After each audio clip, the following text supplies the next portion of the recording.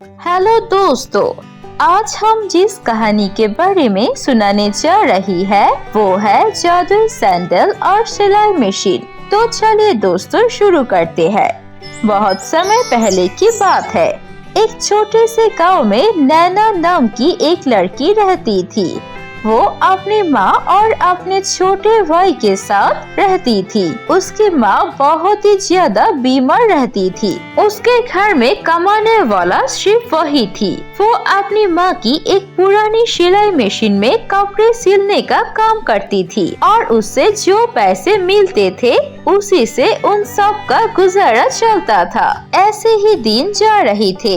एक दिन उसकी माँ बहुत ज्यादा बीमार हो जाती है। आपको क्या हुआ? आप ज्यादा ठीक नहीं लग रही हो, बीमार लग रही हो। आज मेरी तबीयत कुछ ज्यादा ठीक नहीं लग रही है बेटी। शायद मेरी जाने का वक्त आ गया है। आप ऐसी बात मत कीजिए। आपके सिवा हमारे कौन है? आप अगर आप चले जाएंगे तो हमारा क्या होगा? छोटू, तो जल्दी से जाकर डॉक्टर को बुला के ले आ। ये कहने के बाद उसका छोटा भाई डॉक्टर लेकर आता है। उसकी माँ को देखकर डॉक्टर बोलता है, देखो नैना, तुम्हारी माँ की तबीयत कुछ ज्यादा ठीक नहीं है।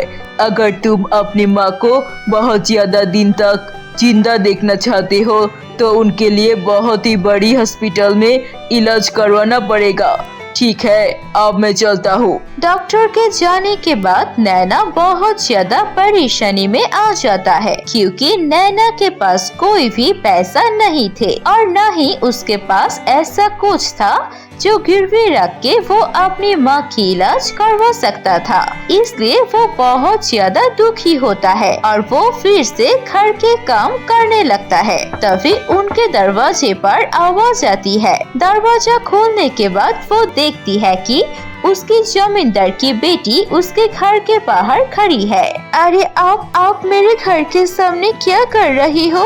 मुझे बुला लेता, मैं ही चला जाता। कोई बात नहीं, मैं तुम्हारी यहाँ आई हूँ एक गाउन सिलाने के लिए। मैंने सुना है कि तुम बहुत अच्छी गाउन सिलाई करती हो। ये लो मेरे कपड़ा, इसे 2 दिन में सिल के दे देना और ये है एडवांस रुपए। उसके बाद जमींदार की बेटी नैना के घर से चली जाती है।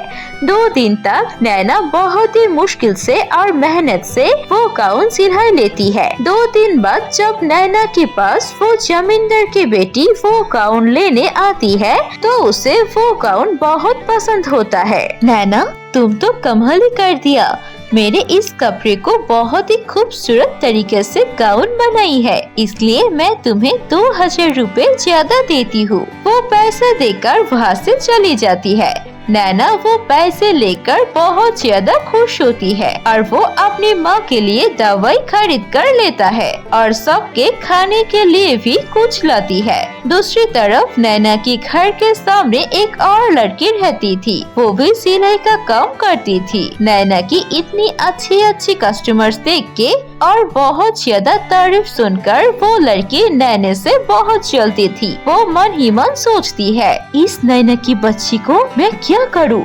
ये ऐसे क्या करती है कि इसके पास गांव की सारी लड़कियां कपड़े सिलने आती है और मेरे पास कोई भी नहीं आती है। ये बिल्कुल पसंद नहीं मुझे। इसका जरूर कुछ करना पड़ेगा।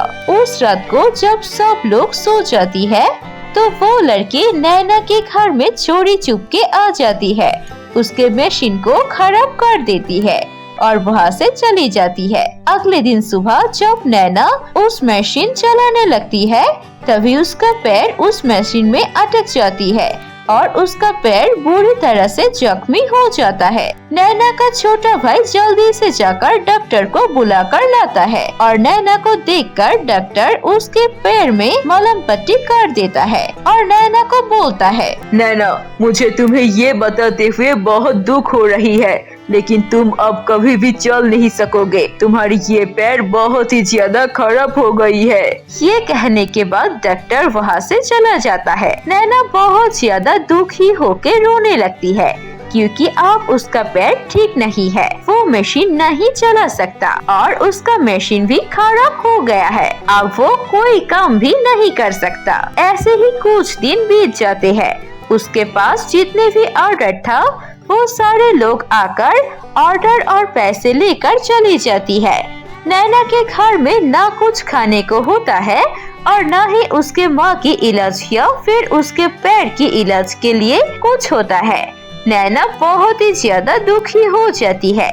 एक दिन वो दुखी होकर गांव के एक जंगल के बीचों बीच जाकर रोने लगती है और अपने आप से बात करती है। तभी वो देखती है दो छोटे छोटे बच्चे नदी किनारे खेल रही है और उनके फुटबॉल नदी के पानी में गिर जाता है और वो दोनों नदी में कूद के वो फुटबॉल लेने की कोशिश करता है। ये देख के नैना जल्दी से बहुत ही मुश्किल से अपनी टूटी हुई पैर लेकर उस बच्चों के पास जाता है और उन बच्चों को वहाँ से फुटबॉल लेने को मना करती है और वो खुद वो बॉल लेकर दोनों बच्चों को दे देती है। ये दूर से एक परी देख लेती है और नैना से आके पूछती है, शुक्रिया नैना, तुमने दो मासूम बच्चे की जान बचाई। आप बताओ तुम्हारा क्या दुख है? मैं तुम्हें रोते हुए देखा अभी, क्यों रो रही थी?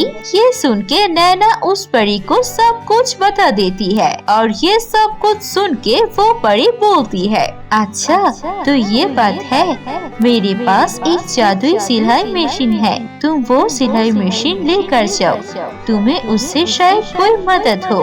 और हाँ, ये लो, ये है जादुई सैंडल, इस सैंडल को पहनने से तुम्हारी पैर बिल्कुल ठीक हो जाएगी और तुम इस सैंडल को पहन के सारा काम पहले की जैसे कर सकोगी। इतना कह के वो परी वहाँ से चली जाती है और नैना वो सैंडल पहन के सच में पहले के जैसा चल सकती थी, इसलिए बहुत खुश हो जाती है और वो सिलाई मशीन लेकर अपने घर आ जाती है। नैना जब सिलाई मशीन लेकर कपड़े सिलने वाली होती है तो नैना मन ही मन सोचती है, अगर इस कपड़े में थोड़ी सी सोने की पत्थर और लेस के काम कर सकती तो ये ड्रेस दिखने में बहुत ही अच्छी लगती। तभी उस मशीन से जो भी कपड़े निकलते थे वो सब सोने या फिर चांदी के होते थे। ऐसे ही नैना कुछ दिन में वो कपड़े बेच के अमीर हो जाती है और अपनी माँ के बहुत अच्छे डॉक्टर के पास इलाज करवाते हैं और अपने भाई को एक बहुत ही अच्छे स्कूल में एडमिशन करती है। दूसरी तरफ जिस लड़की ने नैना की मशीन खराब किया था और इसकी वजह से नैना के पैर टूट गया था, वो लड़की अचानक एक दिन रास्ते में जा रही थी और एक गाड़ी से टक्कर लगते उसके एक्सीडेंट हो जाती है और वो हमेशा के लिए अपने दो पैर खो देती है और वो कभी चल नहीं सकती है। तो दोस्तों, इस कहानी से हमें क्या सीख मिला? इस कहानी से हमने ये सीखा कि हमें कभी किसी के लिए बुरा नहीं सोचना चाहिए। अगर हम किसी के लिए बुरा करेंगे तो कुदरत भी हमारे साथ बुरा ही करेगा।